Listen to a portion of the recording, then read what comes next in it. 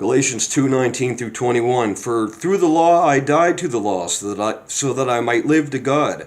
I have been crucified with Christ. It is no longer I who live, but Christ lives in me.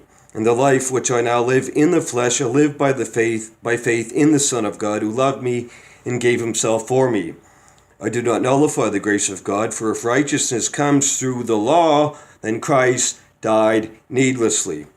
For through the law I have died to the law, that I might live unto God. Verse 19. That's the same as Romans 7. We cannot be married, Paul says in Romans 7, to law and to Christ, or we'll be called an adulteress. But instead of the husband dying, it's us that die to the law. Paul says in verse 10 of Romans 7, the law had slayed me. Romans 4:15, it works wrath in us. It works wrath. It works all manner of sin, Paul said, to bring fruit unto death. But the Spirit brings fruit unto life and righteousness. And so we die to the law. When the law confronts us of our sin, we are slain by the law. We're broken by the law.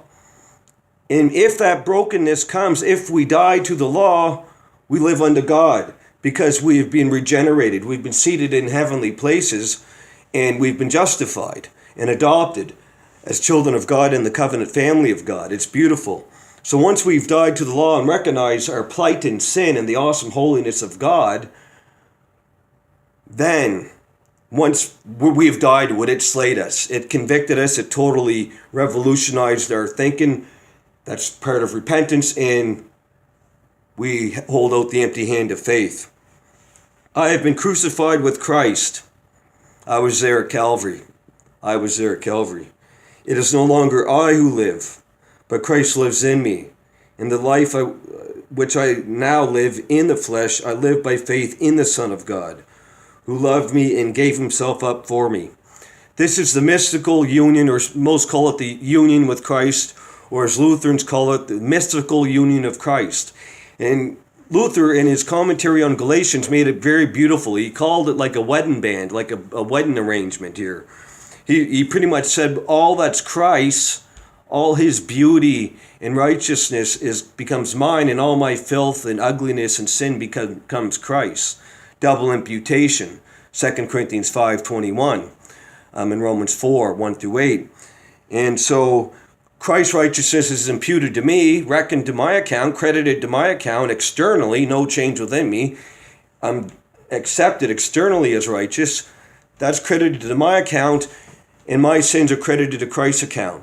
Christ's perfect obedience to the law in thought, word, and deed, his active obedience to the law is credited to my account, imputed, and so is his death in my stead. So that in justification we're not only not guilty and acquitted, but we're looked upon as perfectly righteous, because we're not only forgiven by the blood of Christ, but we have Christ's active obedience in keeping the law imputed to us as well.